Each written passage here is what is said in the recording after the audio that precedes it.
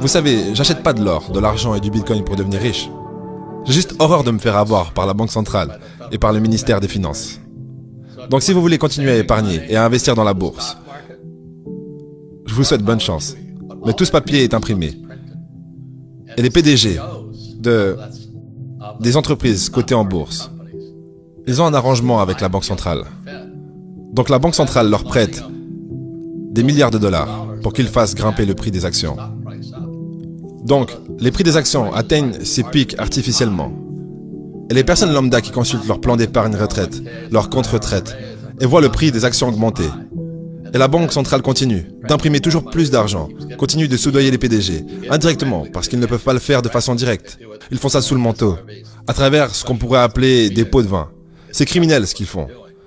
Donc ils donnent de l'argent aux PDG et ils font grimper les prix des actions. C'est pour ça qu'on est dans la mouise. Expérimentation à venir en 2020 d'une monnaie centrale digitale. Évidemment, c'est une première en zone euro, ça commence à se travailler légèrement en Chine. Qu'on explique, encore une fois, de quoi il s'agit. C'est quoi c'est un crypto-euro? Vous n'avez pour l'instant absolument aucun doute sur la valeur de l'euro demain matin, et ni même après-demain. Le Bitcoin, c'est pas du tout ça. Je te laisse responsable de tes dires. Moi, j'ai des doutes sur la valeur de l'euro demain. Je m'avance sur quelques jours. Non, mais alors, disons, à court terme, on peut imaginer que quand même, on reste encore dans une... Mais tu as tout à fait raison, on va vers des zones inconnues. Reprendre le pouvoir de la confiance. Eh bien, la confiance, c'est particulièrement quelque chose auquel s'intéressent les blockchains. Les technologies de chaîne de blocs, qui sont en réalité des technologies comptables au départ, ce sont des technologies de registre. Les blockchains tiennent à tenir un registre. Et c'est ça leur fonctionnement principal. Avec les blockchains, on peut créer de la confiance sans intermédiaire. Et c'est là que je veux en venir. Donc si vous épargnez de l'argent, je prierai pour vous ce soir.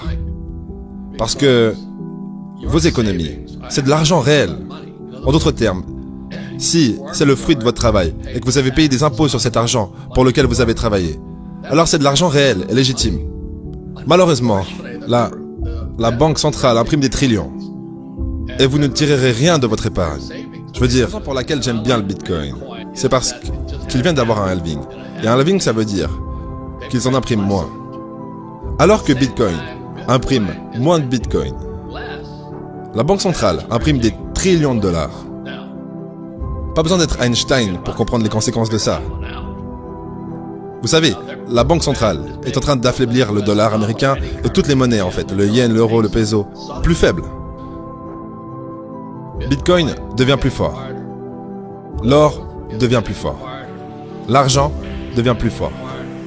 Aujourd'hui, qu'est-ce que fait la Banque centrale? Elle récupère le système technologique, et elle se l'approprie. Parce que, en fait, qui va contrôler cet euro numérique?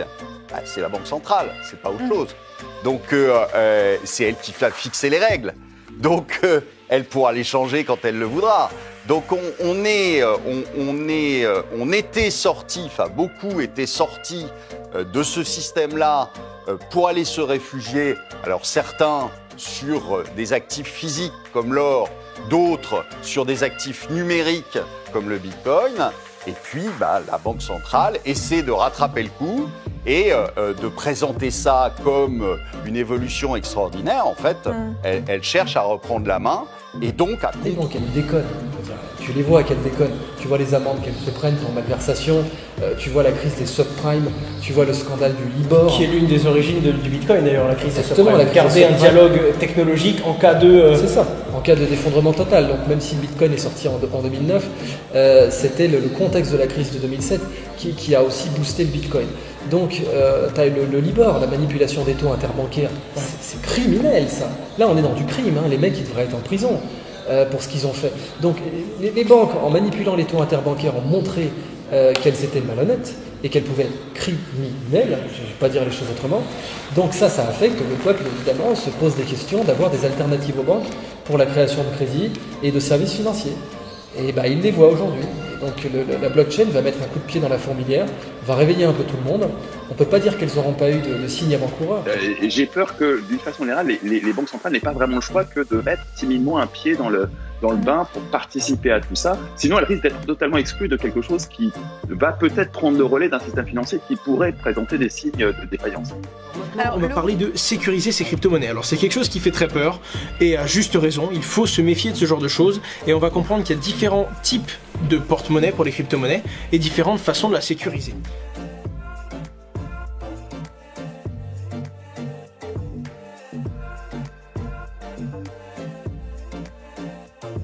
Mais il faut qu'ils apprennent à utiliser un wallet et de la crypto-monnaie, et ils vont s'y mettre. Ça peut être une façon d'imposer ce type de technologie dans les pays.